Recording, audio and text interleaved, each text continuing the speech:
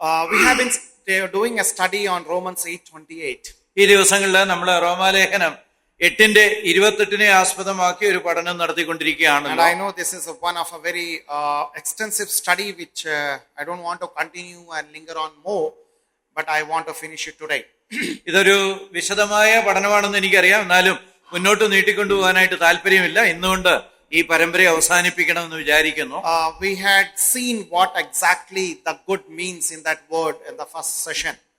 ഒന്നാമത്തെ സെഷനിൽ നല്ലത് എന്ന് പറയുന്നതിന്റെ അർത്ഥം എന്താണെന്നുള്ളത് ചിന്തിച്ചുകൊണ്ടിരിക്കുകയായിരുന്നു. And on second session we saw the life story. How does that word which or the phrases which capitalizes together and works together for goodness of God and accomplishing the purpose of God in nutshell. നമ്മുടെ ജീവിത വ്യാപാര രംഗങ്ങളില് ആ നന്മ എങ്ങനെയാണ് പ്രവർത്തന പദത്തിൽ വരുന്നെന്നുള്ളതിനെ കുറിച്ച് വളരെ ചുരുക്കമായിട്ട് നമ്മൾ ചിന്തിച്ചുകൊണ്ടിരിക്കുകയായിരുന്നു. Last week we saw from the life of Esther. നമ്മൾ കഴിഞ്ഞ ആഴ്ച എസ്തറിന്റെ ജീവിതത്തിൽ നിന്ന് പരിഗണിച്ചുകൊണ്ടിരിക്കുകയായിരുന്നു. We knew about the purpose of life in her life. അവളുടെ ജീവിതത്തിന്റെ ഉദ്ദേശത്തെ കുറിച്ച് നമുക്കറിയാം. And we saw that we also saw the calling of her, which was quite tough as far as her life was concerned. മാത്രമല്ല അവരുടെ ജീവിതത്തെ സംബന്ധിച്ചുള്ള വിളി, ദൈവിക വിളി, അത് വളരെ ബുദ്ധിമുട്ടേറിയതായിരുന്നു. അത് എന്തായിരുന്നെന്ന് നമ്മൾ പരിഗണിച്ചുകൊണ്ടിരിക്കുകയായിരുന്നു. And then we also saw how did all things related to her life coming together for the purpose of God. അതിനുശേഷം അവളുടെ ജീവിതത്തിൽ സംഭവിച്ചതെല്ലാം ദൈവികോദ്ദേശം അവളുടെ ജീവിതത്തിൽ നടക്കത്തക്ക വിധത്തിൽ എങ്ങനെയാണ് കൂടിയാവരിക്കുന്നതെന്നുള്ളത് നമ്മൾ പഠിച്ചുകൊണ്ടിരിക്കുക. So we saw the calling of Esther and we saw the circumstances which brought all things clubbed together, yielding for goodness and accomplishing the purpose of God in beautiful way. എസ്തറിന്റെ ജീവിതത്തിലെ ദൈവിക വിളി എന്തായിരുന്നുവെന്നും അതനുസരിച്ച് അവൾ അനുഭവിച്ച കഷ്ടങ്ങൾ എന്തൊക്കെയായിരുന്നുവെന്നും ആ കഷ്ടങ്ങൾ എങ്ങനെയാണ് ആകെ കൂടിയാവരിച്ച് നന്മയ്ക്കായി പരിണമിച്ചത് എന്ന് നമ്മൾ ചിന്തിച്ചുകൊണ്ടിരിക്കുകയായിരുന്നു. The problems in life of a believer is never a mistake of God. ഒരു വിശ്വാസിയുടെ ജീവിതത്തിൽ വരുന്ന പ്രശ്നങ്ങളൊന്നും തന്നെ ദൈവത്തിന് പറ്റുന്ന അബദ്ധങ്ങളല്ല. It has a purpose. അതിനെല്ലാം ഒരു ഉദ്ദേശമുണ്ട്. That's why I always say, every pain has a purpose.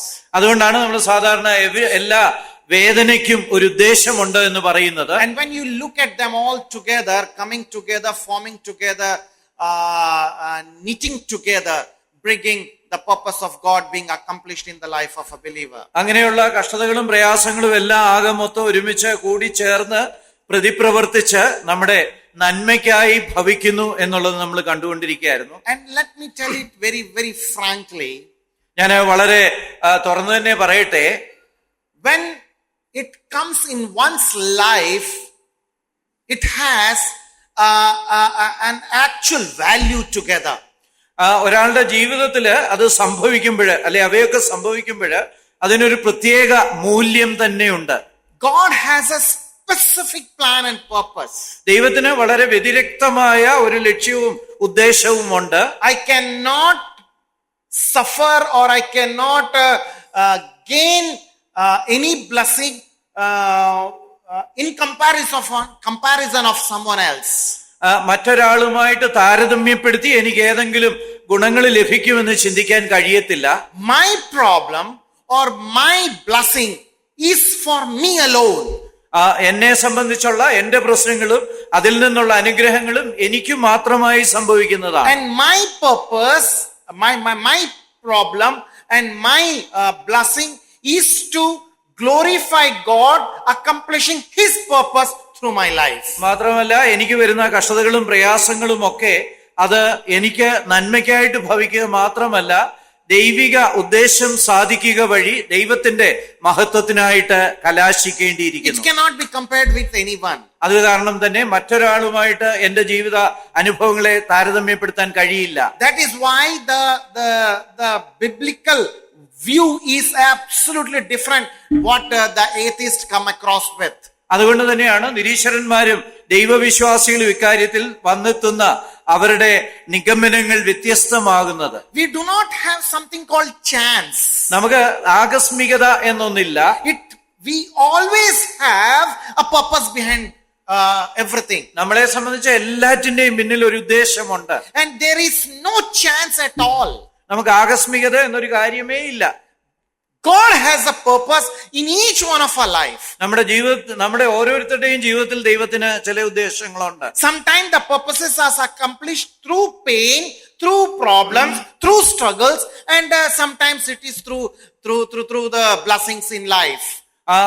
പലപ്പോഴും നമ്മളുടെ ജീവിതത്തിലുള്ള അങ്ങനെയുള്ള ദൈവിക ഉദ്ദേശങ്ങള് സാധ്യതപ്രായമാകുന്നത് വേദനയിലൂടെയും പ്രയാസങ്ങളിലൂടെയും പോരാട്ടങ്ങളിലൂടെയുമാണ്. ചിലപ്പോഴ് അത് നേരിട്ട് അനുഗ്രഹങ്ങളിലൂടെ സംഭവിച്ചു എന്ന് So പറയാം. today we want to again see one of our very, very profound life, and again I want to take your attention to almost for an hour towards this.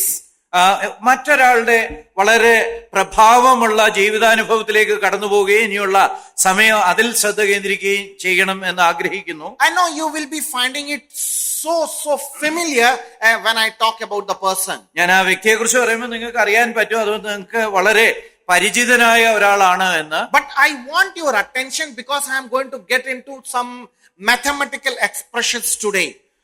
നിങ്ങൾ വളരെ ശ്രദ്ധയോടെ അതിനെ കുറിച്ച് ചിന്തിക്കണം എന്ന് എനിക്ക് ആഗ്രഹമുണ്ട്. കാരണം ഇന്ന് മാത്തമാറ്റിക്കലായിട്ടുള്ള അല്ലെങ്കിൽ കണക്കുകൾ സംബന്ധിച്ച ചില പ്രത്യേക സൂത്രവാക്യങ്ങളിലേക്ക് നിങ്ങളെ കൂട്ടിക്കൊണ്ടുപോകണമെന്ന്. And when you look at it in that prospect, then you will realize how important is your and my life. ആ വീക്ഷണകോണിൽ നിന്ന് നോക്കുമ്പോൾ നമ്മുടെ ജീവിതത്തിലുള്ള പ്രശ്നങ്ങൾ എത്ര പ്രധാനമാണ് എന്ന് നിങ്ങൾക്ക് ചിന്തിക്കാൻ കഴിയും. So again, Romans 8:28. വീണ്ടും റോമാലേഖനം 8:29 വരാം, 28 വരാം. All things work together for those who love the Lord and are called according to his purpose. എന്നാൽ ദൈവത്തെ സ്നേഹിക്കുന്നവർക്ക് നിർണയപ്രകാരം വിളിക്കപ്പെട്ടവർക്ക് തന്നെ സകലവും നന്മയ്ക്കായി കൂടി വ്യാപരിക്കുന്നു. So there are three important word or phrases which pops up in this statement. ഈ പ്രത്യേക പ്രഖ്യാപനത്തില് 3 പ്രധാനപ്പെട്ട വാചകങ്ങൾ ഉൾക്കൊണ്ടിരിക്കുന്നു. All things, എല്ലാം, സകലവും, called, വിളിക്കപ്പെട്ടവർക്ക്, and his purpose, അവന്റെ ലക്ഷ്യത്തിന്. So we are here to accomplish his purpose, God's purpose in this world. നമ്മൾ ഈ ലോകത്തില് ആയിരിക്കുന്നത് ദൈവത്തിന്റെ ഉദ്ദേശം സാധിച്ചെടുക്കാനായിട്ടാണ്. We are not here for some reasons. നമ്മൾ മറ്റെന്തോ കാരണത്തിനായിട്ടല്ല ഈ ലോകത്തിലായിരിക്കുന്നത്. We are not here by an accident. നമ്മൾ ആകസ്മികമായിട്ട് ഈ ഭൂമിയിലായിരിക്കുന്നതല്ല. But we are here for a reason to accomplish the plan and purpose of God. മറിച്ച് നമ്മൾ ഇവിടെ ആയിരിക്കുന്നത് ദൈവത്തിന്റെ നമ്മളെ കുറിച്ചുള്ള ഉദ്ദേശങ്ങളും ആഗ്രഹങ്ങളും സാധിച്ചെടുക്കുക എന്നുള്ള കാരണത്താലാണ്. Now what is that purpose? ആ ദൈവിക ഉദ്ദേശം എന്താണ്? We do not know. നമുക്കറിയത്തില്ല.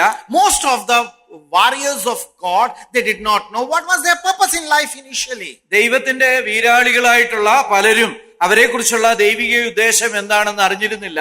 I always give this example to my young people. ഞാൻ സാധാരണ യുവാക്കന്മാർക്ക് ഈ ഉദാഹരണം കൊടുക്കാറുണ്ട്. Imagine, നിങ്ങൾ ചിന്തിച്ചു നോക്കുക, I need to go to Kolam Beach. എനിക്ക് കോവളം ബീച്ചിലേക്ക് പോകണമെന്ന് ആഗ്രഹമുണ്ടെന്ന് വിചാരിക്കുക. Imagine I have a vehicle, and with this vehicle I want to travel through this midnight all the way to 35 kilometer to Kolam Beach. എനിക്കൊരു വാഹനം ഉണ്ടെന്ന് സങ്കല്പിക്കുക. ആ വാഹനത്തില് പാതിരാത്രിയില് ഈ 10-30 കിലോമീറ്റർ ദൂരമുള്ള കോവളം കടൽ തീരത്തേക്ക് പോകണമെന്ന് ആഗ്രഹിക്കുന്നു എന്ന് വിചാരിക്കുക. How would I travel? ഞാൻ എങ്ങനെ പോകും? I cannot see all the way from Tirumala up to Kolam Beach at single stretch. ഒറ്റയടിക്ക് എനിക്ക് തിരുമല മുതല് കോവളം വരെയുള്ള ദൂരം നേരിട്ട് കാണാനായിട്ട് കഴിയത്തില്ല. I cannot see. Nobody can see that, right? അത് ഒരാൾക്കും കാണാൻ കഴിയത്തില്ലല്ലേ? But I have a headlight in the vehicle which will take me almost 100 meter before. എന്നാൽ എന്റെ വാഹനത്തിന് ഒരു ഹെഡ്ലൈറ്റ് ഉള്ളത് കൊണ്ട് അത് ഒരു 100 മീറ്റർ വരെ മുന്നിലുള്ള കാര്യങ്ങൾ എനിക്ക് കാണിച്ചു തരും. And when I reach the 100 meter, then from there 100 meter I can see. ഒരു 100 മീറ്റർ മുന്നോട്ട് കഴിയുമ്പോൾ കൂടുതൽ 100 മീറ്റർ ദൂരം വീണ്ടും കാണാനായിട്ട് സാധിക്കും. And this is how I keep crossing 100 meters, then 100 meters, and then 100 meters, and then reach to Kolam. അങ്ങനെ 100 metre വെച്ച് മുന്നോട്ട് പോയി അവസാനം കോവളത്ത് എത്തിച്ചേരുന്നു. This is how God works in our life. നമ്മുടെ ജീവിതത്തിലും ദൈവം ഇങ്ങനെയാണ് പ്രവർത്തിക്കുന്നത്. 100 meter, then 100 meter, then 100 meter, and go so on. 100 metre അങ്ങനെ അവസാനം കോവളം വരെ. And this is how the plan of God comes in our life. അങ്ങനെയാണ് ദൈവത്തിന്റെ പദ്ധതി നമ്മളിൽ സാധ്യതപ്രായമാകുന്നത്. So in all this totality, your dependency should be on God to just travel up to 100 meter. എന്നാൽ ഇത് മുഴുവൻ നോക്കുമ്പോഴും നമ്മുടെ ആശ്രയത്വം ദൈവത്തിൽ തന്നെ ആയിരിക്കേണ്ടതുണ്ട്. That 100 meter, keep 100 meter, God will keep showing you. ഓരോ സമയത്തും ദൈവം ആ 100 മീറ്റർ വീതം നമുക്ക് കാണിച്ചു തന്നുകൊണ്ടേയിരിക്കും. Sometimes that 100 meter will be very painful. ചിലപ്പം ആ 100 മീറ്റർ എത്തിച്ചേരുക എന്ന് പറയുന്നത് വളരെ വേദനാജനകമായേക്കാം. Sometimes that 100 meter will be full of songs and hymns. പലപ്പോഴും ആ 100 മീറ്റർ എന്ന് പറയുന്നത് വളരെ സന്തോഷകരമായിട്ട് എത്താൻ കഴിഞ്ഞു. But that process, that journey will be full of excitement because you are holding the Lord and you are so close to the Lord. എന്നാൽ മുഴുവനായിട്ട് നോക്കുമ്പോൾ ഈ യാത്ര സന്തോഷപ്രദമായിരിക്കും. കാരണം നമ്മൾ ദൈവത്തിൽ ആശ്രയിച്ചാണല്ലോ മുന്നോട്ട് പോകുന്നത്. And he is holding you throughout. നമ്മളെ അവൻ കൈക്ക് പിടിച്ച് He is നടത്തിക്കൊണ്ടിരിക്കുകയാണ്. accomplishing his plan through your life. നമ്മുടെ ജീവിതത്തിലൂടെ ദൈവം തന്റെ ഉദ്ദേശം നിവർത്തിച്ചു കൊണ്ടിരിക്കുകയാണ്. You cannot come in between and say, God, I am not interested to travel because there is so much of confusions. നമുക്ക് ഇടയ്ക്ക് വെച്ച് കർത്താവിനോട് ഇങ്ങനെ പറയാൻ കഴിയത്തില്ല, കർത്താവെ ഒരുപാട് ആശയക്കുഴപ്പമൊക്കെ ഈ യാത്രക്കിടയ്ക്ക് ഉണ്ടാകുന്നു, അതുകൊണ്ട് ഞാൻ തുടരുന്നില്ല എന്ന്. You just keep holding on him. അവനെ തന്നെ പിടിച്ചുകൊണ്ടിരിക്കുക. He will be keep showing you. അവൻ നമുക്ക് വഴി കാട്ടിക്കൊണ്ടേയിരിക്കും. And that is what he does. That is what he does. അതാണ് അവൻ ചെയ്തുകൊണ്ടിരിക്കുന്നത്. And you may also come across in situations where you may say, Lord, it is going to be too long, it is going to be too tiring, it is going to be too painful, so on and so forth. നമ്മൾ ചിലപ്പോൾ ദൈവത്തോട് പറയും വളരെ ദൂരമാണ്, ഇത് വളരെ വേദനാജനകമാണ്, ക്ലേശകരമാണ് എന്നൊക്കെ. But all the more you depend on him, all the more he will be giving you the grace to walk. നമ്മൾ അവനിൽ എത്ര കണ്ട് ആശ്രയിക്കുന്നു അതനുസരിച്ച് മുന്നോട്ട് പോകാനുള്ള കൃപ ദൈവം തന്നുകൊണ്ടിരിക്കും. The only thing he requires is your dependency on him. നമ്മൾ അവനിൽ ആശ്രയിക്കുന്ന കാര്യം മാത്രമാണ് നമുക്ക് ആവശ്യം. And all things together will come together for goodness to accomplishing the purpose in his life. സകലതും കൂടി വ്യാപരിച്ച് അവന്റെ ഉദ്ദേശം നമ്മുടെ ജീവിതത്തില് നിവർത്തിക്കപ്പെടത്തക്ക വിധത്തിൽ കാര്യങ്ങൾ സംഭവിക്കും. That only the purpose is being accomplished in my life. അവന്റെ ഉദ്ദേശം മാത്രമാണ് നമ്മുടെ ജീവിതത്തിൽ നിവർത്തിക്കപ്പെടുന്നത്. This is what happened with Joseph. ജോസഫിനെ സംബന്ധിച്ച് ഇത് തന്നെയാണ് സംഭവിച്ചത്. Genesis, you start reading from chapter 37 up to chapter 50.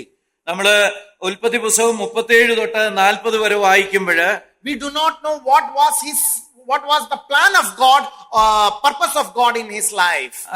ജോസഫിന്റെ ജീവിതത്തിലുള്ള ദൈവിക ഉദ്ദേശം എന്താണ് നമുക്ക് നേരിട്ട് മനസ്സിലാകത്തില്ല. You all understand from 43 chapter 42 onwards. 42-ാം അധ്യായം തൊട്ട് നമുക്ക് കുറെയൊക്കെ മനസ്സിലായി തുടങ്ങും. But when we have completed the whole story, when we have understood the whole story, now when we look it behind or look it backward, we know what was the purpose of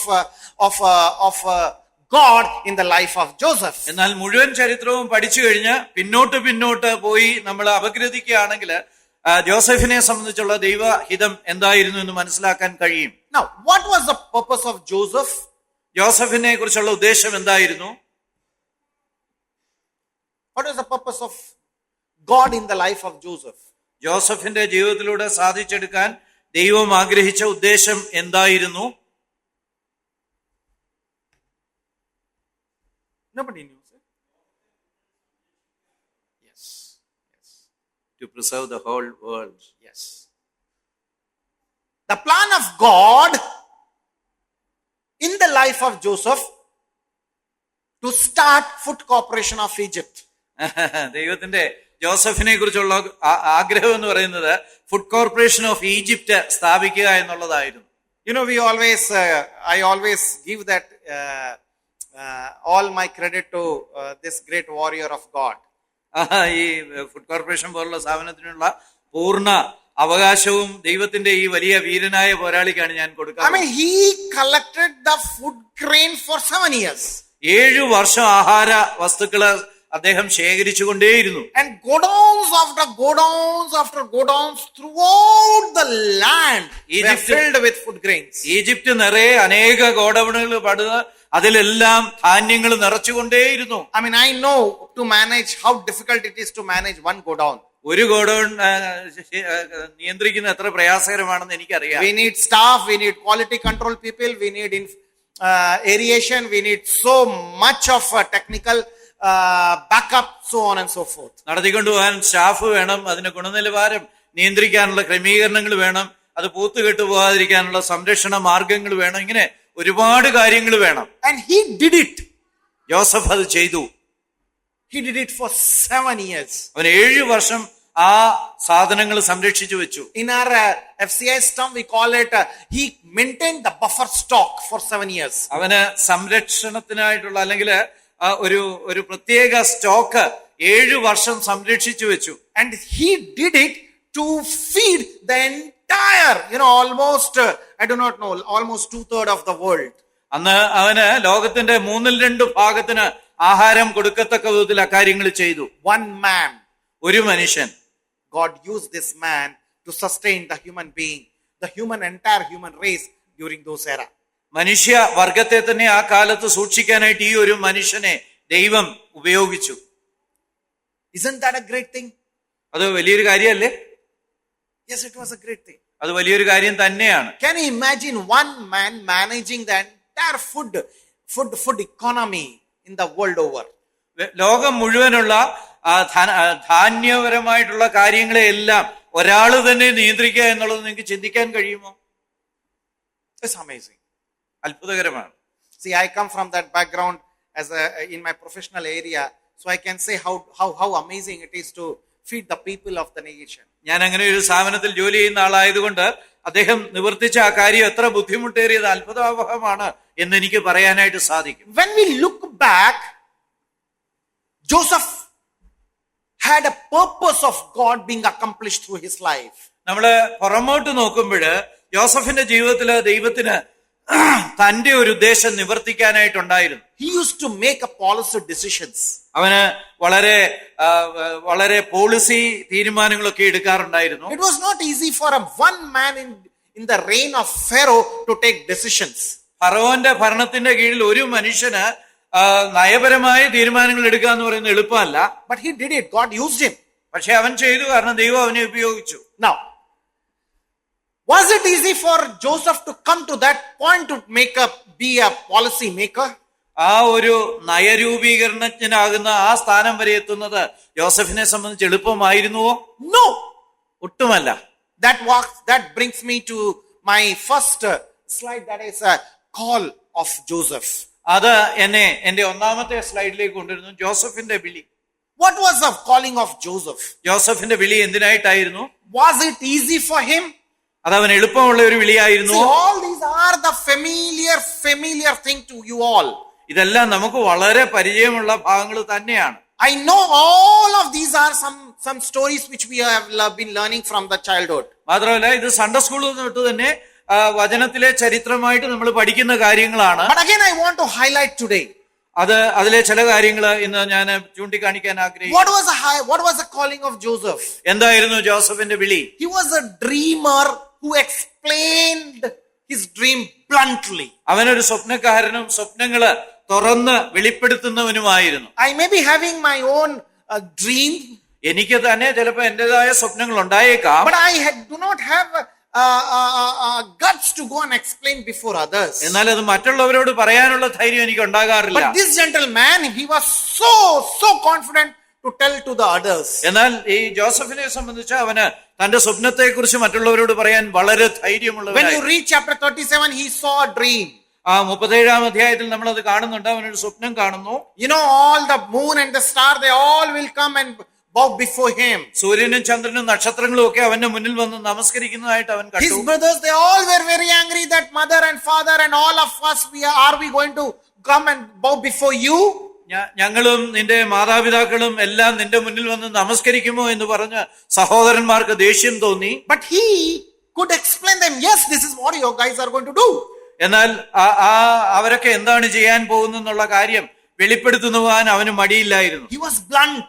അവൻ വളരെ തുറന്നു പറയുന്നവൻ. He is blunt in telling truth. അവൻ സത്യം പറയുന്നതിൽ വളരെ തുറന്ന. What may come, he was ready to face the fire. അതുകൊണ്ട് എന്തൊക്കെ കുഴപ്പമുണ്ടാകുന്നു അതൊക്കെ നേരിടുവാൻ തുറന്നു പറയുന്ന കാര്യത്തിൽ അവന് വിമുഖതയുണ്ടായില്ല. A teenage boy who was confident in his calling. അവന്റെ വിളിയെക്കുറിച്ച് ഒരു കൗമാരക്കാരൻ എന്നുള്ള നിലയ്ക്ക് അവൻ ഉറപ്പുള്ളവനായിരുന്നു. He was ready to tell the truth even before his father and mothers. അവന്റെ അമ്മയുടെയും അപ്പന്റെയും മുന്നിൽ സത്യം തുറന്നു പറയാൻ അവൻ ധൈര്യപ്പെട്ടു. What happened then? അപ്പോഴെന്തു പറ്റി? His brothers they did not like. അവന്റെ സഹോദരന്മാർക്ക് അവനെ ഇഷ്ടമില്ലാതെയായി. Right? അല്ലേ? They did not like him. അവർക്ക് അവനെ ഇഷ്ടമായിരുന്നില്ലല്ലോ. What was the result? എന്തായിരുന്നു അതിന്റെ ഫലം? They rejected him. അവര് അവനെ തള്ളിക്കളഞ്ഞു. They abandoned him. അവനെ ഉപേക്ഷിച്ചു.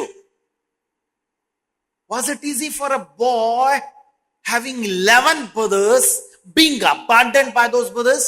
11 സഹോദരന്മാരുള്ള ഒരുവന് ആ 11 സഹോദരന്മാർ ഉപേക്ഷിക്കപ്പെടുക എന്ന് പറയുന്നത് എളുപ്പമാണോ? I mean, I just cannot imagine. നമുക്ക് ചിന്തിക്കാൻ തന്നെ കഴിയുകയില്ല. I am the youngest in my family of 2 sisters and a brother. 2 സഹോദരിമാരും ഒരു സഹോദരനുള്ള ഭവനത്തിലെ ഏറ്റവും ഇളയ ആളാണ് സഹോദരന്. I cannot even imagine my brother and my sisters abandoning me. സഹോദരനും സഹോദരിമാരും എന്നെ ഉപേക്ഷിക്കുന്ന എനിക്ക് ചിന്തിക്കാനേ കഴിയുന്നില്ല. And so we all are, right? നമ്മളും എല്ലാവരും അങ്ങനെ തന്നെയല്ലേ? Here is a boy who has been abandoned because of his truthfulness. ഇതാ ഇവിടെ സത്യസന്ധതയുടെ കാരണത്താൽ ഒരു യുവാവ് തള്ളിക്കളയപ്പെടുന്നു. He had a choice. അവന് ഒരു തെരഞ്ഞെടുപ്പിനുള്ള അവസരം ഉണ്ടായിരുന്നു. He could have come and bowed before them and said sorry. അവന് അവരുടെ മുന്നിൽ വന്ന് ക്ഷമിക്കണമെന്ന് പറയാമായിരുന്നു. He could have gone and pleaded for his life. അവന്റെ ജീവന് വേണ്ടി അവരോട് അപേക്ഷിക്കാമായിരുന്നു. He could have gone and asked for all kind of excuses. അവന് പല ഒഴിവ് കഴിവുകൾ പറഞ്ഞ് രക്ഷപ്പെടാൻ ശ്രമിക്കാമായിരുന്നു. But he was truthful. എന്നാൽ അവൻ സത്യസന്ധനായിരുന്നു. He stood for his call. അവൻ അവന്റെ വിളിക്ക് വേണ്ടി നേരെ നിന്നു. He stood what was right in his sight for the Lord. അവന്റെ കണ്ണില് ദൈവത്തിന് വേണ്ടി ഏതാണ് ശരി അതിനു വേണ്ടി നിലകൊണ്ടു. And therefore what happened? അതുകൊണ്ട് എന്താ പറ്റി? He was sold. അവനെ വിറ്റുകളഞ്ഞു. He got the favor from his father, right? അവന് അവന്റെ പിതാവിൽ നിന്ന് കുറച്ച് സ്നേഹമൊക്കെ കൂടുതൽ കിട്ടി. Again, was it easy to get a favor from the father having 12 children? 12 മക്കളിൽ ഒരുവനായ തനിക്ക് പിതാവിൽ നിന്ന് കൂടുതൽ കടാക്ഷങ്ങൾ കിട്ടാൻ എളുപ്പമായിരുന്നോ? No. ഒട്ടുമല്ല. That was again in the cost of all the hatred what he had been going through from his brothers. തന്റെ സഹോദരന്മാരിലുള്ള പീഡനങ്ങളൊക്കെ ഏൽക്കുന്നതിനിടയ്ക്കാണ് അത്. These all were his calling. He was making choices. ഇത് അവന്റെ വിളിയായതുകൊണ്ട് അവൻ അതിനനുസരിച്ചുള്ള തീരുമാനങ്ങൾ ഇതിന്റെ ഇടയ്ക്കൊക്കെ എടുക്കുകയായിരുന്നു. He was standing for his calling. അവന്റെ വിളിക്ക് വേണ്ടി അവൻ നേരെ നിൽക്കുകയായിരുന്നു. Now, what is next? അടുത്തത്. No, in this list itself. Yeah. Calling. വായിക്കാമോ? അടുത്ത point.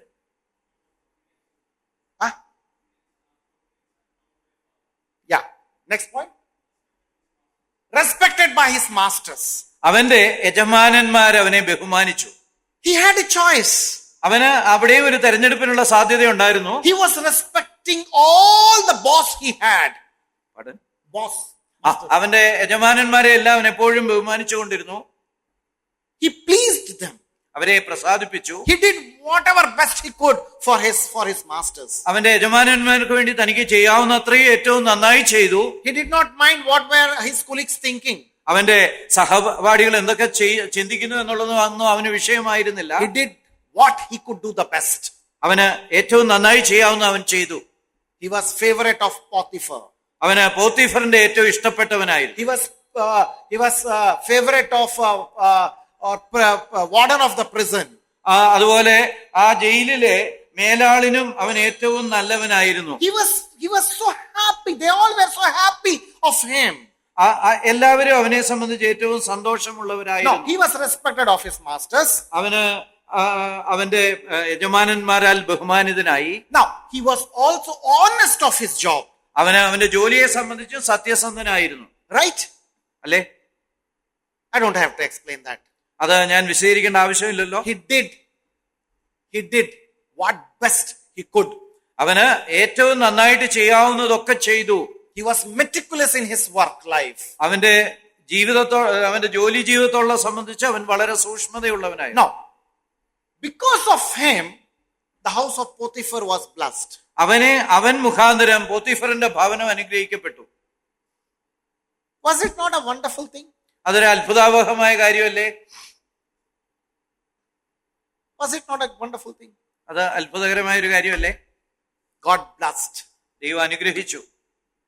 And I firmly believe he would have definitely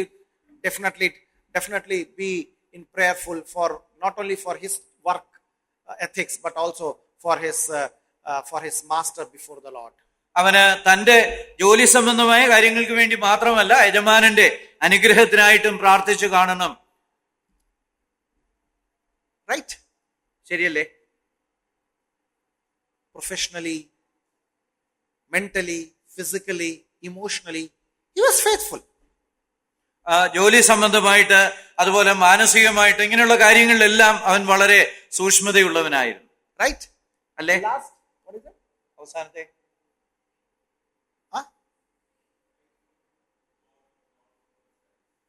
God blessed him in all circumstances.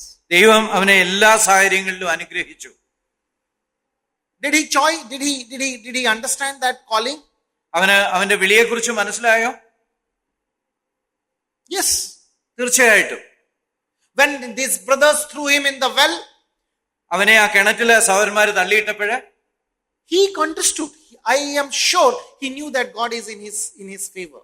ദൈവം തനിക്ക് അനുകൂലമെന്ന് അവൻ മനസ്സിലാക്കി കാണണമെന്നാണ് ഞാൻ ചിന്തിക്കുന്നത്. It would have been tough for him.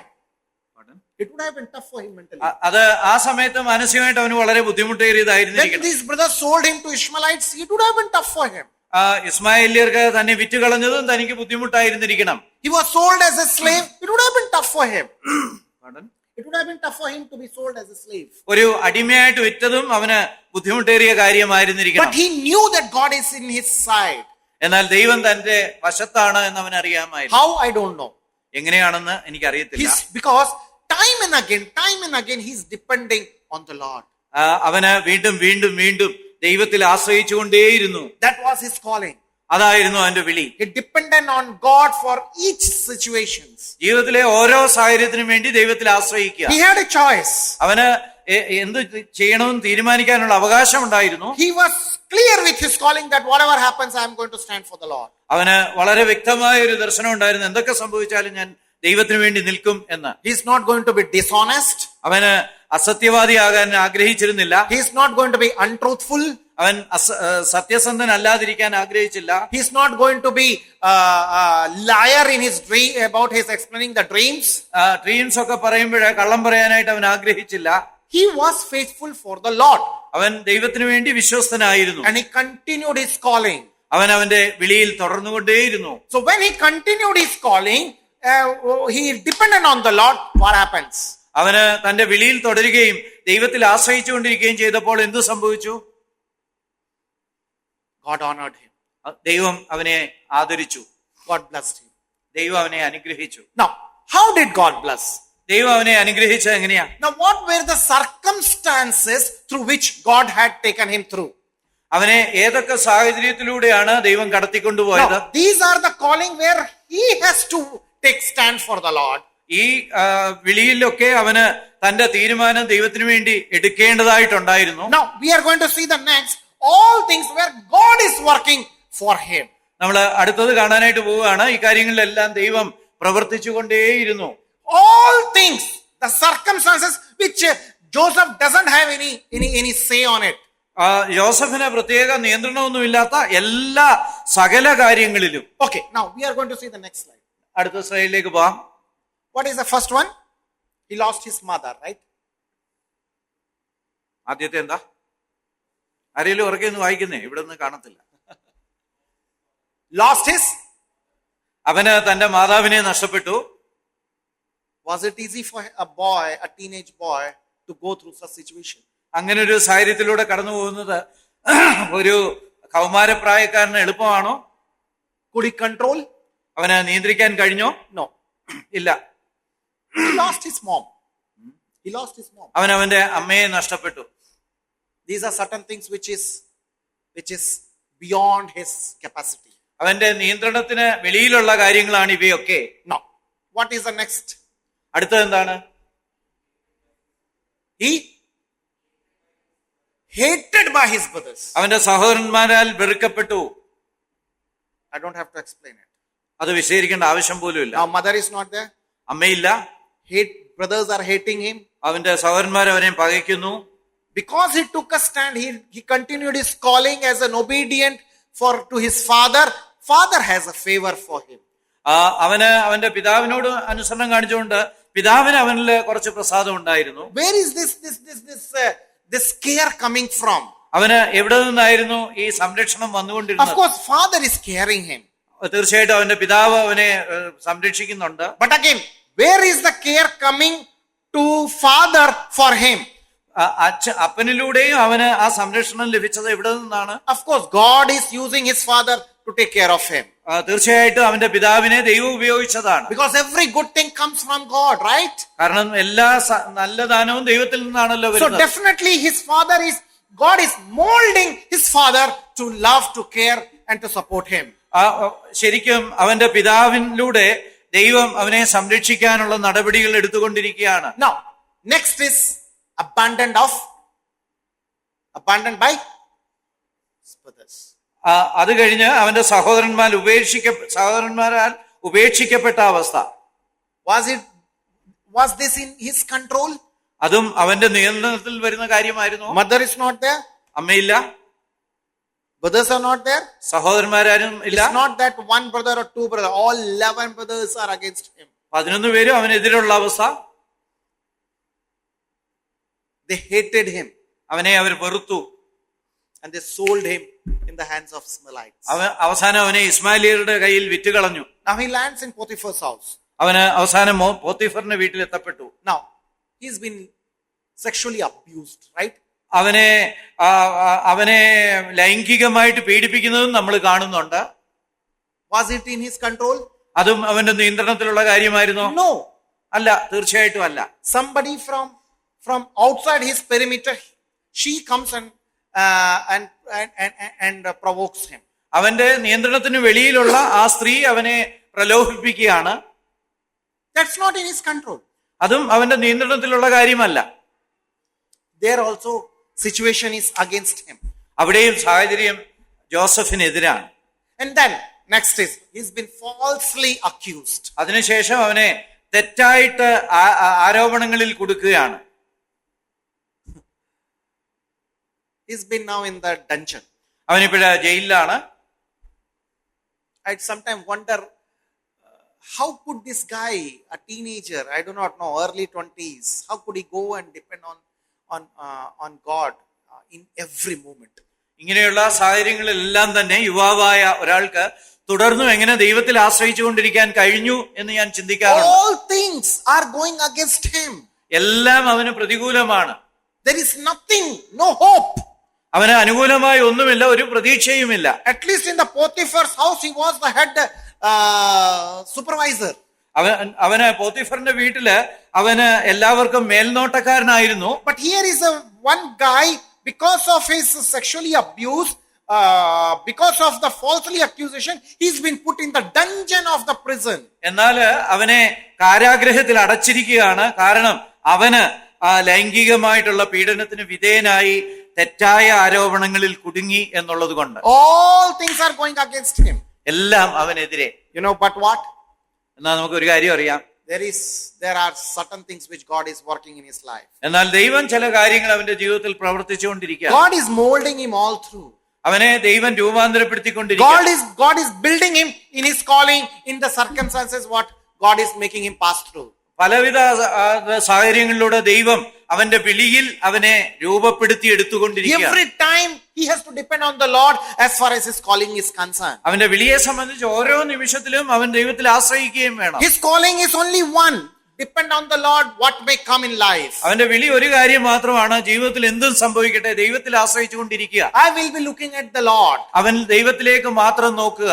Whether I am dead, whether I am alive. ഞാൻ ജീവിച്ചിരുന്നാലും കൊള്ളാം, മരിച്ചാലും കൊള്ളാം, whether I am sexually abused, whether I am falsely accused, എന്നെ സംബന്ധിച്ച് ലൈംഗികമായിട്ട് പീഡിപ്പിക്കപ്പെടുകയും അതേ സമയത്ത് ദുരാരോപണത്തിന് വിധേയനാക്കുകയും ചെയ്താലും, whether I am in the head of the supervisor, whether I am the head of the prisoners, ഞാന് ആ പോത്തിഫറിന്റെ വീട്ടിലെ കാര്യവിചാരകനാണോ അല്ലെങ്കിൽ ആ കാരാഗ്രഹത്തിലെ കാര്യവിചാരകനാണോ, whether I am in the deep of the well, whether I am the slave market, ഞാന് കിണറ്റിനുള്ളിലാണോ അല്ലെങ്കിൽ അടിമ ചന്തയിലാണോ, I will be looking at the Lord and depending on the Lord. ഞാൻ എല്ലായ്പ്പോഴും ദൈവത്തിലേക്ക് നോക്കിക്കൊണ്ട് ദൈവത്തിൽ തന്നെ ആശ്രയിച്ചുകൊണ്ടിരിക്കും. His calling and his circumstances, all things were for him.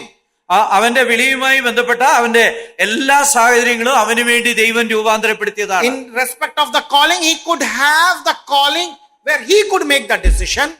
ഈ വിളിയെ സംബന്ധിച്ച് അവൻ അതത് സമയത്ത് സ്വന്തം തീരുമാനം എടുക്കാനുള്ള സാധ്യതയുണ്ടായിരുന്നു. But as far as the all things circumstances concerned, he had no choice where God is working through him. എന്നാൽ ഈ കാര്യങ്ങളെല്ലാം പരസ്പരം പ്രതിപ്രവർത്തിച്ച് അവന് നന്മയുണ്ടാക്കുക എന്നുള്ള കാര്യത്തിൽ അവന് സ്വാതന്ത്ര്യമൊന്നുമില്ലായിരുന്നു, ദൈവമായിരുന്നു അത് ചെയ്തുകൊണ്ടിരുന്നത്. God was working through him and God was working for him. ദൈവം അവനിലൂടെയും അവനായും പ്രവർത്തിച്ചു കൊണ്ടേയിരുന്നു. And then what happened at the end? അവസാനം എന്ത് സംഭവിച്ചു? All things work together for good who are called according to his purpose. എല്ലാ കാര്യങ്ങളും സകലവും അവന്റെ നന്മയ്ക്കായിട്ട് കൂടി ആവരിച്ചു, ദൈവത്തിന്റെ ഉദ്ദേശം നടക്കത്തക്ക He വിധത്തിൽ. becomes the second of Pharaoh. ഇതാ അവന് ഫറവോന്റെ അടുത്ത് എത്തുകയാണ്. And then he becomes an instrument where God uses him for his purpose. അതിനുശേഷം ദൈവത്തിന്റെ ഉദ്ദേശത്തിനായിട്ട് ഒരു ഉപകരണമായിട്ട് ദൈവം ജോസഫിനെ ഉപയോഗിക്കുകയാണ്. Till that moment he did not know his purpose. അവന്റെ ഉദ്ദേശം, അവനെ സംബന്ധിച്ച ഉദ്ദേശം എന്താണെന്ന് അവൻ അതുവരെ അറിയത്തില്ലായിരുന്നു. But there comes a moment when God reveals, God makes him understand the purpose, and he does it beautifully. അതിനുശേഷം ഇതാ ദൈവം തന്റെ അവനെ കുറിച്ചുള്ള ഉദ്ദേശം അവന് വെളിപ്പെടുത്തുകയും അവന് മനസ്സിലാക്കി കൊടുക്കുകയും ചെയ്യുകയാണ്. Now, I want to take your attention to some mathematical variables. ഇനിയും കണക്ക് സംബന്ധിച്ച ചില സൂത്രവാക്യങ്ങളിലേക്ക് നിങ്ങളുടെ ശ്രദ്ധയെ തിരിക്കാൻ ആഗ്രഹിക്കുന്നു. Now, just imagine, we saw last week, whether this is a chance. Having circumstance in our life. നമ്മുടെ ജീവിതത്തിലൊക്കെ സാഹചര്യങ്ങൾ വരുന്നത് എങ്ങനെങ്കിലും അബദ്ധത്തിന് വന്നു കൂടുന്നതാണോ? You know, atheists always say it's a chance that whole universe has come into existence. നിരീശ്വരന്മാരൊക്കെ സാധാരണ പറയാറുണ്ട് ഈ പ്രപഞ്ചം മുഴുവൻ വന്നത് ആകസ്മികമായിട്ട് എങ്ങനെ അബദ്ധത്തിന് സംഭവിച്ചതാണ് എന്ന്. It's not a chance. ഇത് ആകസ്മികമായി സംഭവിച്ചതല്ല. It can never be a chance. ഇത് ആകസ്മികമായി സംഭവിക്കാൻ കഴിയത്തുമില്ല. It is merely impossible.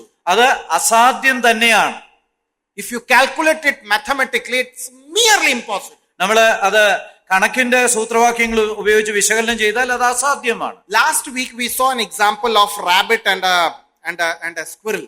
നമ്മൾ കഴിഞ്ഞ ആഴ്ച ഒരു അണ്ണാറക്കണ്ണന്റെയും അതുപോലെ മുയലിന്റെയും കഥ ഉദാഹരണം വിശകലനം ചെയ്തിരുന്നു. One jackfruit falls from the top and a rabbit dies. ഒരിക്കല് ചക്ക വീണപ്പോഴ് ഒരു മുയല് ചത്തു. That cannot be generalized, right? പക്ഷെ അത് നമുക്ക് പൊതുവൽക്കരിക്കാൻ കഴിയത്തില്ല. It cannot be generalized. അതിനെ നമുക്ക് പൊതുവൽക്കരിക്കാൻ കഴിയത്തില്ല. If you take that as a variable, അത് ഒരു വ്യത്യാസം വരാൻ സാധ്യതയുള്ള കാര്യമായി പരിഗണിച്ചാൽ it is merely a chance. അത് അബദ്ധം കൊണ്ട് സംഭവിച്ചതാണ്. But you cannot generalize it. എന്നാൽ അത് നമുക്ക് പൊതുവൽക്കരിക്കാനായിട്ട് കഴിയത്തില്ല. Now I want to take that same concept and put it in the life of Joseph and show you. അത് യോസഫിന്റെ ജീവിതത്തില് എങ്ങനെ ഇരിക്കുന്നു എന്ന് ഒന്ന് കാണിക്കത്തക്ക വിധത്തില് ഒരു കണക്കിന്റെ സമവാക്യമായിട്ട് എഴുതാമെന്ന് വിചാരിക്കുന്നു. I know we all have studied probability and combinations. നമ്മൾ പ്രോബബിലിറ്റിയെ കുറിച്ചും അതുപോലെ കോമ്പിനേഷൻസിനെ കുറിച്ചും ഒക്കെ പഠിച്ചു കാണും. Right? We all have studied in our class 8, class 9, class 10 portions. നമ്മളിൽ പലരും 7ാം ക്ലാസ്, 8ാം ക്ലാസ്, 9ാം ക്ലാസ്, 10ാം ക്ലാസ്സിലൊക്കെ ഇത് പഠിച്ചു കാണും. So what what is the probability of a rabbit dying on a fall of a chakka? ഒരു ചക്ക വീഴുമ്പോഴ് മുയല് ചാകാനുള്ള സാധ്യത എത്രയാണ്? What if somebody says black rabbit dying on a fall of a chakka? ഇത് നമ്മൾ കൂടുതൽ വ്യതിയാനങ്ങള് ചേർത്ത് പറയുകയാണെങ്കിൽ ഒരു കറുത്ത മുയല് ചക്ക വീണ് ചാകാനുള്ള സാധ്യത എത്ര? Or what if a black rabbit dying in district Patnamthitta falling off a chakka? ഒരു പത്തനംതിട്ട ജില്ലയിലെ ഒരു കറുത്ത മുയല് ഒരു ചക്ക വീഴുമ്പം വീണ് ചാകാനുള്ള സാധ്യത പിന്നെയും കുറവാണ്. Or a black rabbit with a one eye blind dying of a fall of a chakka in a district Patnamthitta called Kumbanad. Pathanamthitta ജില്ലയിലുള്ള കുമ്പനാട് എന്നുള്ള സ്ഥലത്ത് വെച്ച് ഒരു കറുത്ത ഒറ്റക്കണ്ണൻ മുയല് ചക്ക വീണപ്പം ചത്തു എന്ന് വരാനുള്ള സാധ്യത എത്ര? So you are basically adding the variable after variable and then getting to a point where you are absolutely clueless. How is that possible? ചക്ക വീഴുമ്പോ മൊയില് ചാകുക എന്ന് പറയുന്ന അതിന്റെ കൂട്ടത്തില് കൂടുതൽ കാര്യങ്ങൾ നമ്മൾ ചേർത്ത് വെച്ച് അതിന് മുയലിന്റെ നിറം, കണ്ണ്, സ്ഥലം ഇങ്ങനെയൊക്കെ ചേർത്ത് കൂട്ടി പോകുമ്പോൾ അതിന്റെ സാധ്യത തീരെ വിദൂരമായിട്ട് മാറുകയാണ്. I know you will be finding it little funny bringing mathematics here. ഇവിടെ സ്റ്റാറ്റിസ്റ്റിക്സ് അല്ലെങ്കിൽ പ്രോബബിലിറ്റി ഒക്കെ കൊണ്ടുവരുന്ന രസകരമായിട്ട് നിങ്ങൾക്ക് തോന്നുന്നുണ്ടായി. Okay, you all have seen the cards, right? We brethren people are against these cards. നിങ്ങൾ ഒരുപക്ഷെ ചീട്ട് കണ്ടിട്ടുണ്ടായിരിക്കാം. ബ്രദറുകാർ പൊതുവെ ചീട്ടിനൊക്കെ എതിരാന്ന് അറിയാം. There are 4 categories of cards. 4 തരം കാർഡുകളുണ്ട്. ഒരു കെട്ടില് 4 തരം കാർഡുകളാണ്. 13 cards of heart, 13 of spade, 13 of diamond and 13 of club.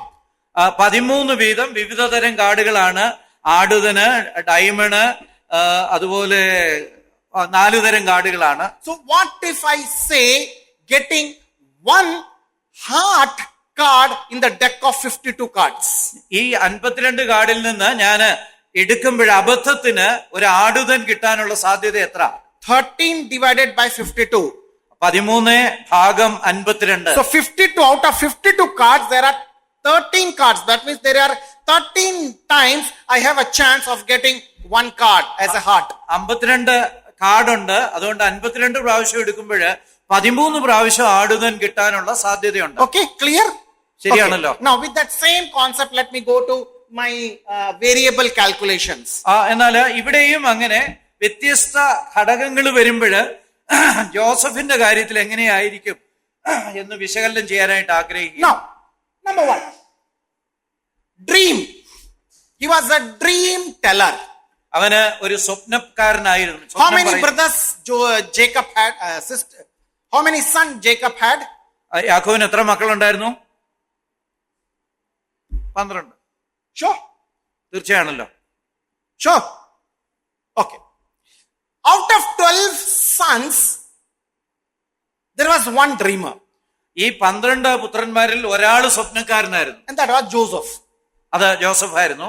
Imagine instead of Joseph, had it been Judah. ജോസഫിന് പകരം അത് യൂദയായിരുന്നെങ്കിലോ? Could it be possible? അങ്ങനെയായിരുന്നു ജോസഫിന്റെ ജീവിതം ഇങ്ങനെയൊക്കെ വരുമായിരുന്നോ? What do you think? എന്ത് പറയുന്നു? So the calculation, the variable should go for calculating. It could only be possible with the life of Joseph. Pardon? It could only be possible with the life of Joseph. ഇത് Joseph തന്നെ ആയതുകൊണ്ട് മാത്രമേ ജോസഫിന്റെ ജീവിതം ഇങ്ങനെയൊക്കെ വരുവാൻ കഴിയുമായിരുന്നുള്ളൂ. It could not be with Benjamin or Reuben or anybody. മറ്റ് ഏത് സഹോദരനായിരുന്നാലും സ്വപ്നക്കാരനായിരുന്നാലും ജോസഫിന്റെ ജീവിതം ഇങ്ങനെ ആകത്തില്ലായിരുന്നു. They could not have accomplished what Joseph could accomplish in life. Joseph തന്റെ ജീവിതത്തിൽ സാധിച്ചെടുത്ത കാര്യം ഒരിക്കലും സാധിക്കുമായിരുന്നില്ല. So if you take that as a variable, so out of 12 there is only one person who is possibly ready for this call. എന്താണ് Jason variable? നിയന്ത്രിക്കാനാവാത്ത ഘടകം. Okay, നിയന്ത്രിക്കാനാകാത്ത ഘടകമായിട്ട് നമുക്ക് പരിഗണിക്കാവുന്നത് 12 പേരിൽ ഒരുവൻ, 12-ൽ 1 എന്നുള്ളതാണ്. So if Joseph is a dreamer, Joseph ഒരു സ്വപ്നക്കാരനാണ്. or for that matter let me put it, any one of the son of the Jacob is a dreamer, let's forget about Joseph for a time being. യാക്കോബിന്റെ പുത്രന്മാരിൽ ഒരുവന് മാത്രമേ സ്വപ്നക്കാരനാകാൻ കഴിയുമായിരുന്നുള്ളൂ, അത് Joseph ആയിരുന്നു. So if you take that as a value, it is 1 out of 12. അങ്ങനെയാണെങ്കിൽ 12 സാധ്യതയാണ് Joseph സ്വപ്നക്കാരനാകാൻ ഉണ്ടായിരുന്നത്. Okay, ശരിയല്ലേ? I'm just giving you value. I'm just putting a value on it. ഒരു വില ഞാൻ കിട്ടുന്നേ ഉള്ളൂ. 1/12. Out of 12 sons, one is possibly ready to dream. 12 ഒരു പുത്രൻ ഒരു സ്വപ്നക്കാരനാകാനുള്ള സാധ്യതയുണ്ട്. സാധാരണഗതിയിൽ അതിലൊക്കെ വളരെ വിദൂരമായ സാധ്യതയുള്ളൂ. Okay. Now, going to the next point. അടുത്തതിലേക്ക് പോകുമ്പോൾ What is the next? അടുത്ത Obedient son. അനുസരണമുള്ള പുത്രൻ. There was out of 12, how many really obeyed? ഈ 12 പുത്രന്മാരിൽ എത്ര പേര് ശരിക്കും യാക്കോബിനെ അനുസരിച്ചു?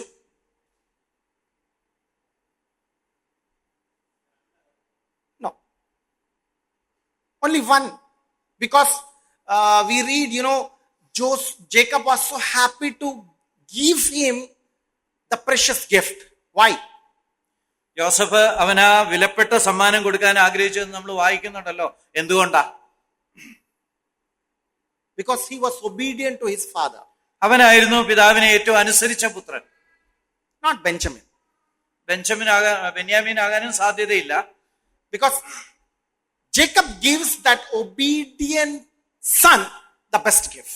തീർച്ചയായിട്ടും യാക്കോബ് ഏറ്റവും അനുസരണമുള്ള പുത്രനായിരിക്കണം ആ സമ്മാനം കൊടുത്തത്. So let's take that as one variable. അങ്ങനെയാണെങ്കിൽ അത് യോസഫ് ഒരാൾ മാത്രമാണ് നമുക്ക് എടുക്കാം. So 1/12 again. പിന്നെയും 12 1. Okay, now next. അടുത്തത് Loved by father. പിതാവിനാൽ ഇഷ്ടപ്പെട്ടു. How many were loved by father? എത്ര പേരെ പിതാവ് കൂടുതൽ ഇഷ്ടപ്പെട്ടവരായിട്ടുണ്ടായിരുന്നു? 2, right? 2 പേര്. Joseph and Benjamin. He loved Joseph and Benjamin too much.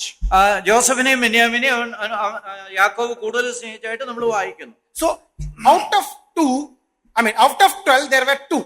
12 2. So 2/12. 12 2. So what would be the value? എത്ര ആയിരിക്കും? അതിന്റെ വേറൊരു രീതി പറഞ്ഞാൽ അതിന്റെ വില എത്ര ആയിരിക്കും? 1/6. 6 Right? ശരിയല്ലേ? Everybody is ready? Everyone is with me? സമ്മതിക്കുന്നോ?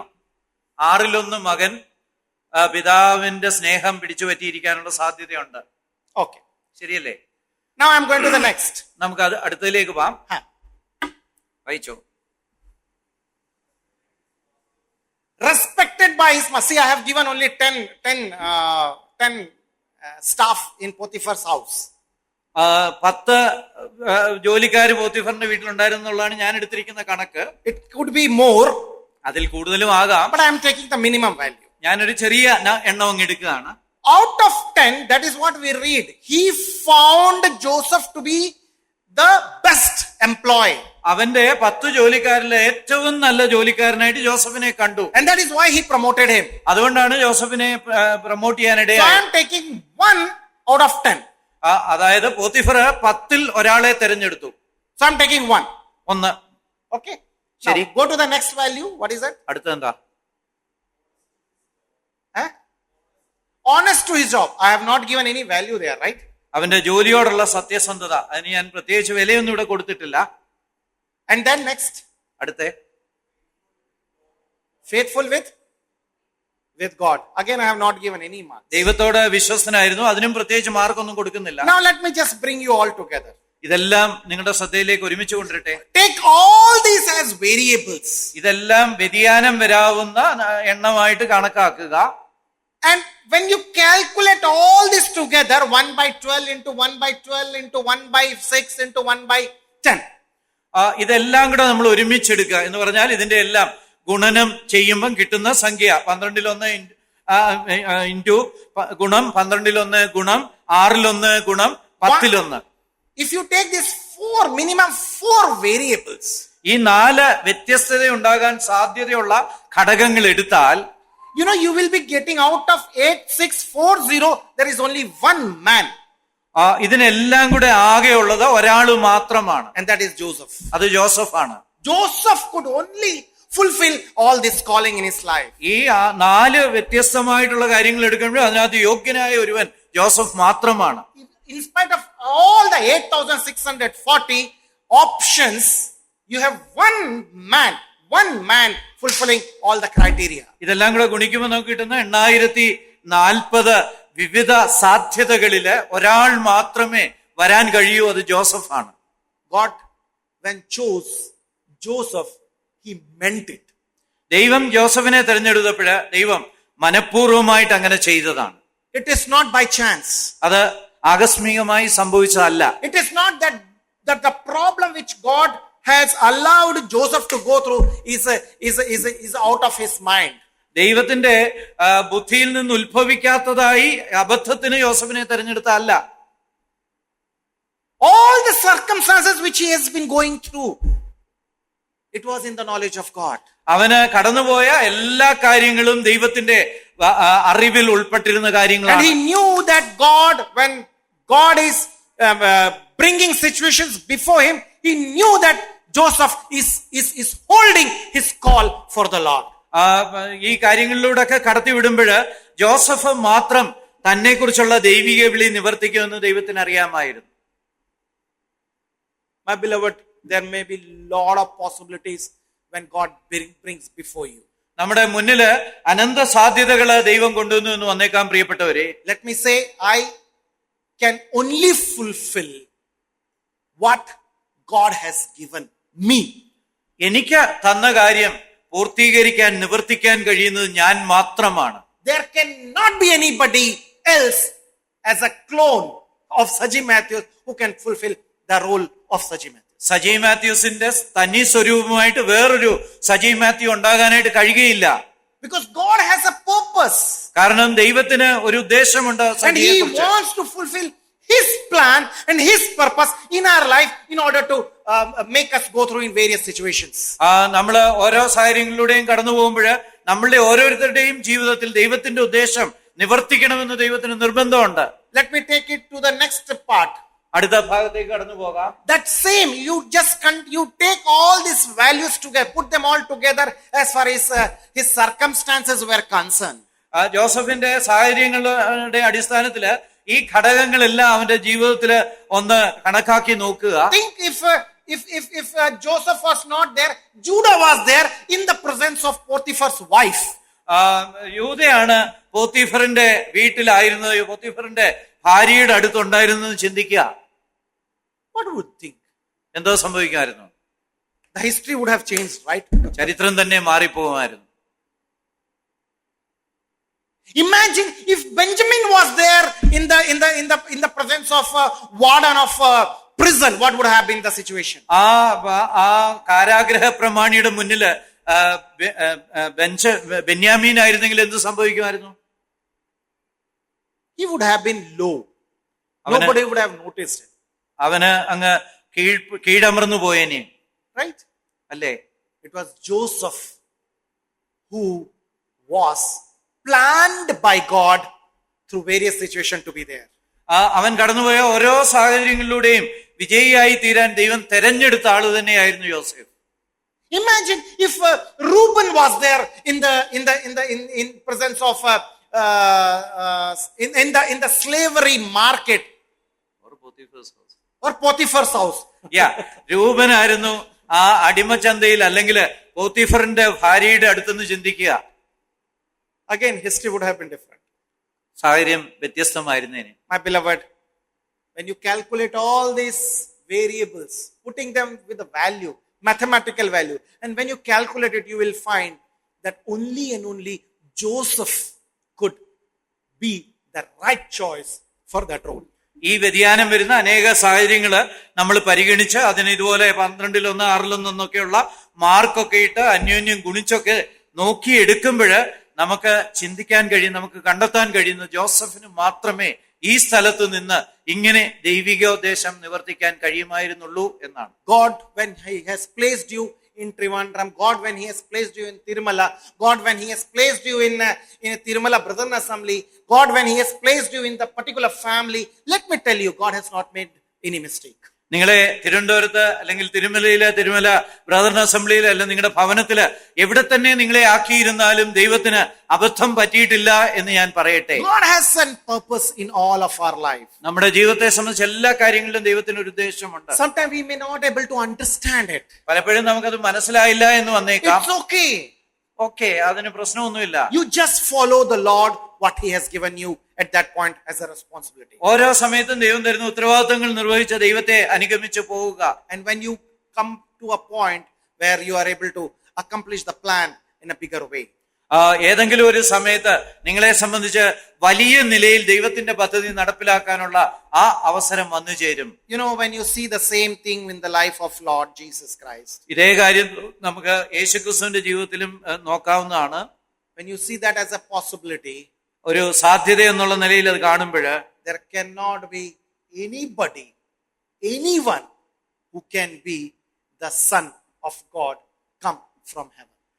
ഇത് പല സാധ്യതകള് യേശുക്രിസ്തുവിന്റെ ജീവിതത്തില് നമ്മള് പ്രയോഗിച്ചു നോക്കുമ്പോൾ ദൈവപുത്രൻ എന്നുള്ള നിലയിലാകാവുന്ന ഒരുവൻ മാത്രമേ ഉള്ളൂ, അത് യേശുക്രിസ്തുവാണ്. You know, I'll just show you 5-6 variables.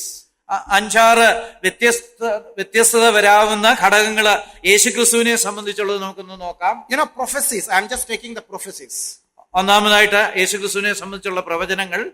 I'm just taking the prophecies where 1,500 years before he was told that he will be born of a virgin. അവന് ഒരു കന്യകയിൽ നിന്ന് ജാതനാകുമെന്ന് 1000-1500 വർഷങ്ങൾക്ക് മുമ്പേ ഉള്ള പ്രവചനങ്ങളുണ്ട്. It was fulfilled in the life of Mary, right? അത് മേരിയുടെ ജീവിതത്തിൽ നിവർത്തിക്കപ്പെട്ടു. I do not know what is the variable values to give on that. അതിന് കൊടുക്കേണ്ട ആ വില 12-1 10-1 പറഞ്ഞ പോലെ കൊടുക്കാവുന്ന വില എന്താണെന്ന് എനിക്ക് അറിയത്തില്ല. 1 by millions. He will be born in Bethlehem. അവൻ ബേത്ലഹേമിൽ ജനിക്കുമെന്ന് പറഞ്ഞു. Exact place. ആ പ്രത്യേക സ്ഥലത്ത്. What an amazing thing, right? എത്ര അത്ഭുതകരമായ കാര്യമാണ്. I do not know what is the value I should be giving. അതിനും കൊടുക്കേണ്ടത് ഏത് വിലയാണെന്ന് എനിക്ക് അറിയത്തില്ല. He will be, you know, the heaven will proclaim that he is my son whom I am well placed. സ്വർഗം അവനെ കുറിച്ച് ഇങ്ങനെ സാക്ഷീകരിക്കേണ്ടിയിരുന്നു, ഇവൻ എന്റെ പ്രിയപുത്രൻ, ഇവനിൽ ഞാൻ പ്രസാദിച്ചിരിക്കുന്നു എന്ന്. He will raise the dead. അവൻ മരിച്ചവരെ ഉയർപ്പിക്കും എന്ന്. It all were told 1,500 years back. അത് ഈ കാര്യങ്ങളെല്ലാം 1000-1500 വർഷങ്ങൾക്ക് മുമ്പേ പ്രവചിക്കപ്പെട്ടതാണ്. He will heal the sick. അവന് രോഗികളെ സൗഖ്യമാക്കും. He will walk on the water. അവൻ വെള്ളത്തിന്മേൽ നടക്കും. He will raise the dead. അവൻ മരിച്ചവരെ ഉയർപ്പിക്കും. And then he will die between those two thieves. അവൻ 2 കള്ളന്മാരുടെ ഇടയിൽ മരിക്കും. He will be raised from the dead. അവൻ മരിച്ചവരിൽ നിന്ന് ഉയർത്തെഴുന്നേൽപ്പിക്കപ്പെടും. And there will be people who will see him after the resurrection. അവനെ ഉയർത്തെഴുന്നേൽപ്പിന് ശേഷം അനേകർ കാണും. These all were written. ഇതെല്ലാം നേരത്തെ തന്നെ എഴുതപ്പെട്ടു. And all these things, you know, all these variables are fulfilled in the life of Jesus Christ. ഈ വ്യത്യസ്തമായ എല്ലാ കാര്യങ്ങളും യേശുക്രിസ്തുവിന്റെ ജീവിതത്തിൽ നിവർത്തിക്കപ്പെട്ടു. There could not be anybody, there can never be anybody, and there will never be anybody whom all these variables will be fulfilled. ഈ വ്യത്യസ്തമായ കാര്യങ്ങളെല്ലാം നിവർത്തിക്കപ്പെടത്തക്ക വിധത്തിൽ ലോകത്ത് വേറെ ആരുമേ ഇല്ലേ. If you read it carefully, you will see that if God could come in the form of a human being, it could only be Jesus Christ. ദൈവം മനുഷ്യരൂപത്തിൽ വരികയാണെങ്കിൽ അത് യേശുക്രിസ്തുവിന് മാത്രമേ ആ സ്ഥാനം ഉള്ളൂ. There cannot be anybody else. വേറൊരാൾക്കും കഴിയുകയില്ല. My beloved, this is what our Lord is. നമ്മുടെ കർത്താവ് ഈ കർത്താവാണ്. He will make you pass through the valleys, the shadows of death. അവന് മരണനിഴലിലൂടെ താഴ്വരയിലൂടെ നമ്മളെ കടത്തിവിട്ടു എന്ന് വന്നേക്കാം. It can also be possible that you may feel abandoned at times. ചിലപ്പോൾ ഉപേക്ഷിക്കപ്പെട്ടതായ അവസ്ഥയിലൂടെ കടന്നുപോയെന്ന് വന്നേക്കാം. You may go through a rejection at times. പലപ്പോഴും തിരസ്കരണത്തിലൂടെ കടന്നുപോയെന്ന് You വന്നേക്കാം. may feel insecure in life. What would be tomorrow? നാളെ എന്ത് സംഭവിക്കുമെന്നുള്ള ആ വലിയ ഒരു അരക്ഷിതത്വം നമ്മുടെ ജീവിതത്തിൽ ഉണ്ടായെന്ന് വന്നേക്കാം. But you know what? ഒരു കാര്യം അറിയാമോ? God is not absent in your life. നിങ്ങളുടെ ജീവിതത്തിൽ ദൈവം ഇല്ലാത്തവനല്ല. He is silently building up something special for you. അവൻ മൗനമായി നമ്മളെ പണിതുകൊണ്ടിരിക്കുകയാണ് ചില പ്രത്യേക കാര്യങ്ങൾക്കായി. You are in that situation where no one else could be. നിങ്ങൾ ഇപ്പോ ആയിരിക്കുന്ന ആ സാഹചര്യം മറ്റാർക്കും ആയിരിക്കാൻ കഴിയുന്ന സാഹചര്യമല്ല. That is why God has placed you there. അതുകൊണ്ടാണ് ദൈവം നിങ്ങളെ അവിടെ ആക്കിയിരിക്കുന്നത്. You are in a situation where God has a bigger plan in your life. നിങ്ങൾ ആയിരിക്കുന്ന സ്ഥലത്ത് ദൈവത്തിന് നിങ്ങളെ സംബന്ധിച്ച് ഒരു വലിയ പദ്ധതി തന്നെയുണ്ട്.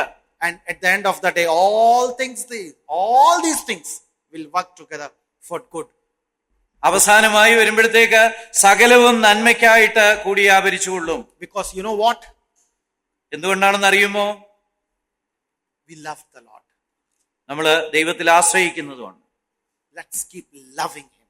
നമുക്ക് അവനെ തുടർന്നും സ്നേഹിച്ചുകൊണ്ടിരിക്കാം. Let's keep holding Him. അവനെ പിടിച്ചുകൊണ്ടിരിക്കാം. I want to leave you with one verse. ഈ വാക്യം നിങ്ങൾക്ക് വേണ്ടി അവസാനമായി വായിക്കട്ടെ. Romans 8:28. റോമാലേഖനം 8:28. This is an exact explanation of Genesis 50 verse 20. ഇത് വാസ്തവത്തില് ഉൽപ്പത്തി പുസ്തകം 50:20 ഒരു പുനരാവർത്തനമാണ് റോമർ 8:28. Genesis 50 verse 20. ഉൽപ്പത്തി പുസ്തകം 50-ാം അധ്യായം 20-ാം വാക്യം. This is in the words of Joseph. ഇത് ജോസഫിന്റെ വാക്കുകളിലാണ് നമ്മൾ അവിടെ കാണുന്നത്. നിങ്ങൾ എന്റെ നേരെ ദോഷം വിചാരിച്ചു, ദൈവമോ ഇന്നുള്ളതുപോലെ ബഹുജനത്തിന് ജീവരക്ഷ വരുത്തേണ്ടതിന് അതിനെ ഗുണമാക്കി തീർത്തു. You intended for wrong. നിങ്ങള് ദോഷം വരുത്താനായി ചെയ്തു. But you know what? നിങ്ങൾക്ക് ഒരു കാര്യം അറിയാമോ? God has a bigger plan. ദൈവത്തിന് ഒരു വലിയ പദ്ധതി ഉണ്ടായിരുന്നു. So you may be going through tough times. നമ്മള് ബുദ്ധിമുട്ടേറിയ സമയങ്ങളിലൂടെ കടന്നു I പോവുകയാണ്. have been going through tough times. ഞാനും അതുപോലെയുള്ള ബുദ്ധിമുട്ടേറിയ സമയങ്ങളിലൂടെ കടന്നു പോയിട്ടുണ്ട്. I have been also going through lot of struggles. ഒരുപാട് പോരാട്ടങ്ങളിലൂടെ കടന്നു പോയിട്ടുണ്ട്. But let me tell you, പറഞ്ഞുകൊള്ളട്ടെ, He is wonderful. അവൻ മനോഹരൻ തന്നെയാണ്. He is worth loving. അവനെ സ്നേഹിക്കാൻ കൊള്ളാകുന്നവനാണ്. He is worth following. അവനെ പിടിച്ചുകൊള്ളാനായിട്ട് യോഗ്യനാണ്. All things will work together for good. സകലവും നന്മയ്ക്കായി കൂടി വ്യാപരിക്കുന്നു. Just keep loving Him. അവനെ സ്നേഹിച്ചുകൊണ്ടേയിരിക്കുക. And He will accomplish His plan and purpose in your life. അവന്റെ ഉദ്ദേശം നമ്മുടെ ജീവിതത്തിൽ നിവർത്തിക്കാൻ ഇടയാകട്ടെ. God bless you. ദൈവം നമ്മെ അനുഗ്രഹിക്കട്ടെ.